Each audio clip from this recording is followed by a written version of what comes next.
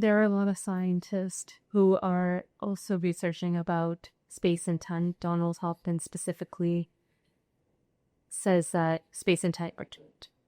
So can you talk about that from a non-dual understanding? Yes. Space and time are doomed in the sense that we used to think that space and time were inherent in reality itself, that the space and time were the medium within which and the universe, our experience, and so on, takes place. That is now, that idea, as you say, more and more people, and Hoffman and many others, they're realizing that's not true. Space and time is how reality appears when it is modulated through a human mind. A human mind consists of the twin faculties of thinking and perceiving. So when consciousness looks through a human mind at itself, that's all there is in reality to look at. Its experience of itself is modulated through the limitations of that mind. And the human mind consists of thinking and perceiving. So when consciousness looks through the faculty of thinking,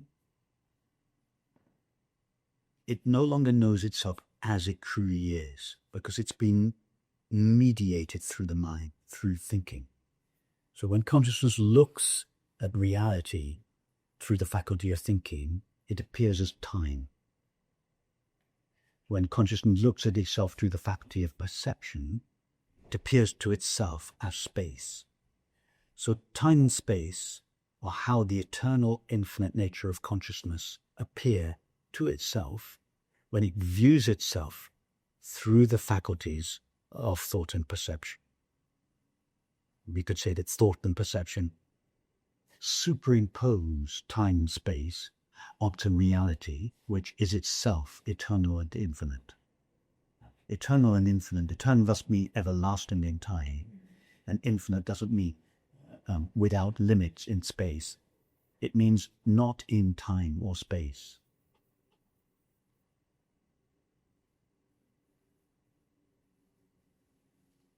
So when consciousness looks at itself, when consciousness refracts itself through the faculties of thought and perception, its eternal infinite reality appears as time and space. Time and space are it's not the time and space are a property of the mind, it's thinking and perceiving that is a property of the mind. The thinking and perceiving confirm time and space on reality. They make reality look as if they were time and space. But in reality, there's no time and space. And this is actually your experience. Well, this is something that it might sound very abstract and philosophical, but let's just do a little experiment. Would you agree that your experience is taking place now? Yes. Would you agree that all experience takes place now? Yes. Now, can you step out of the now into the past, just for a moment? Has anybody ever left the experience we call now and visited the place we imagine called the past? It just had like a remembrance of it, but we can't. But the memory takes place in the present. Correct. With our memory, we imagine the past, but we can't actually go there. With our imagination, we can imagine the future, but we can't actually step out of now and go into the future. So the past and the future are never experienced. They're imagined. But now is experienced. We are undoubtedly experiencing now. Now, since we've been talking, Amira, how many nows have you experienced? Only one. In your life, how many hours have you experienced? Yes. Just one. And Given that you've never experienced a past or a future, in other words, you've never actually experienced a line of time, how long does the now last? It's not always zero, but it doesn't last. It doesn't pass. You're a second. The now is not a moment on a horizontal line of time. It is the vertical dimension of being. But the vertical dimension of being intersects the horizontal line of time at the point we call now. So from the point of view of the mind, which imagines a line of time, the now is a moment, the present moment. But from the point of view of reality, now is eternity. So now partakes both of time and eternity. From the point of view of time, it is consumed as a moment.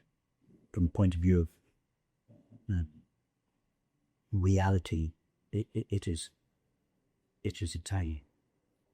Now, in other words, time is never actually experienced.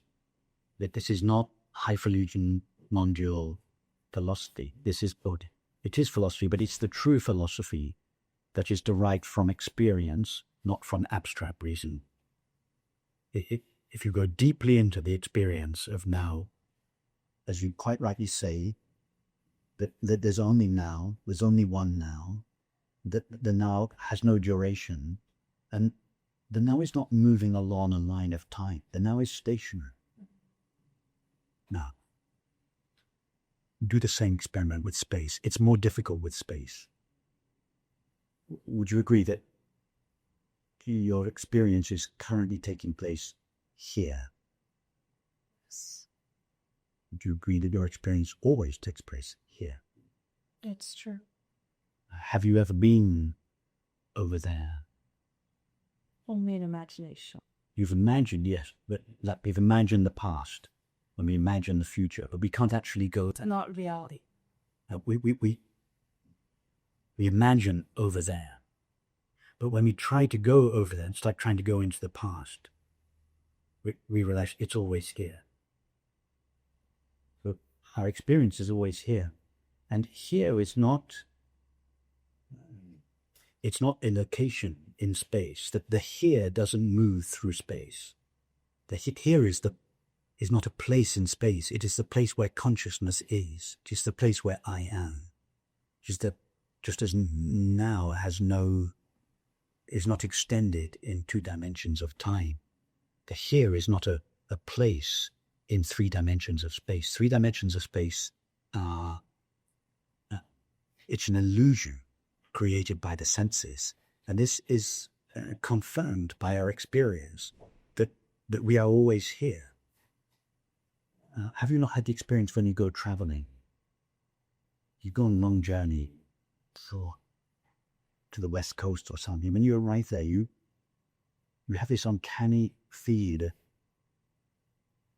I've been here all the way. I haven't gone anywhere. It's always somebody asks you, how long did the journey take? And you pause and if you didn't take any time, it was now all the way. I was here. I was here now. The world moved through me. I didn't move through the world. It's perception that makes you think you move through the world. In reality, the here and now are not in time and space. They are the timeless, placeless place of consciousness. And it never goes anywhere. Sensations and perceptions flow through us, but we don't flow in them. There's an inner consciousness on that. Time and space are what consciousness looks like when mediated through the faculties of thought and perception. They're not really there. And we don't have too much time, but that is actually our experience. You can verify this. What I'm speaking is not, they haven't derived it from mathematics or from philosophy, or it's my experience. It's your experience. It's everybody's experience. But most people's experience is so overlaid with beliefs plus the apparent evidence of sense perception, that we don't realize that we're experiencing this. We're convinced that our experience takes place in time and space. And in contrast to that, what I'm suggesting seems to be abstract, highfalutin philosophy. It's the opposite. A belief in time and space, that is, time and space are an abstract realm that nobody has ever seen or experienced. Just concepts that are just... It's concept. It's like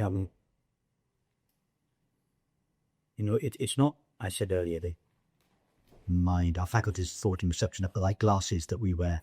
It's more like contact lenses. If you wear glasses, I'm wearing contact lenses. Okay, I bet you forget you've got contact lenses on sometimes. But okay, I never forget I've got glasses on. I'm always aware I'm wearing glasses. But you've got contact lenses on. They're so close to your eyes, you forget that you're wearing them. Now imagine your contact lenses were tinted green. Everything you see would be green. But because you've forgotten you're wearing contact lenses, you think everything is green. Right. No, it's not. And your contact lenses are green. But our thinking and perceiving faculties are like contact lenses. It's not like a pair of glasses or even a heavy VR headset. It's like contact lenses that consciousness is wearing, and the contact lenses are tinted with thought and perception. But it's so close to consciousness that we don't realize we're wearing the lenses of thought and perception. So we think time and space is out there. It's not. It's in the perceiving faculties. What's out there is the infinite. And of course, even to say it's out there is not quite right. That I'm making a concession to our normal, to common parlance. It's difficult. You see, our language has evolved to describe the content of experience. Time, space. Time and space are implicit in almost everything we say. So when we try to talk about these things, all we've got are these rather clumsy, abstract symbols that were designed to describe things. And now we're trying to use them skillfully in a way to describe, or not really to describe, and can't describe reality, but to invoke reality in a way they weren't really meant for. So language is, but let me put another way. Nothing I have said today is absolutely true, with the possible exception of I am. Everything else is my very best attempt to not describe, but to evoke reality in the listener, using reason sometimes, using experiments sometimes, using analogies, metaphors, just to try and give us a taste. Cezanne said this beautiful thing about his paintings. He said, what I'm trying to do in my paintings is give people a taste of nature's eternity. He didn't say I'm trying to explain nature's eternity. Nobody can explain nature's eternity. But that's what the artist tries to do, to take us there, to give us the visceral experience or taste. And that's what I'm trying to do with my words, clumsy as they are. Well, I'm not trying to describe reality. I acknowledge that can't be done. I am is the very best I could do would be to remain silent. That wouldn't be very efficient. The next best is I am, but even that is not efficient unless you really understand it. So some explanation is needed. And we do our best not to describe, but to evoke reality in our viewers, in our listeners, and in each other. How does this understanding work? This understanding, it's like we just take it into ourselves. We listen to it, we read it, we ponder it, we turn it over, our mind raises objections, we ask questions, we receive a response, we measure the response against our own experience, we ponder it. We just take this understanding in, we take in words, the ideas, we take them in, we let them do their own work inside us. We can't grasp reality. We take in this understanding, and it's like this understanding is like a dissolving, revealing agent. It just does its work inside our mind, a mind that is constantly pondering these matters, exploring them, pondering them, meditating on. The understanding does its work. We don't do it. The understanding does its work in us. And very occasionally, when this understanding begins to dawn on us, that there is a big aha moment. It may be that recognition may be accompanied by unusual signs in the mind and the body, but usually not. Usually the understanding just works in us as a dissolving, revealing agent, and it just gradually clears away all the doubts, all the obstructions, all them, and gradually reality reveals itself to us, but it comes in through the back door, doesn't come in through the front door. It steals up on us, begins to overtake us. And in a way, it's safest if it happens like that, because we can never claim anything.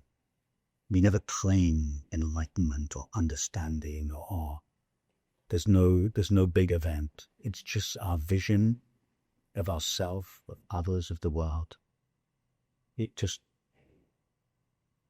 It's gradually purified of all our old beliefs and feelings.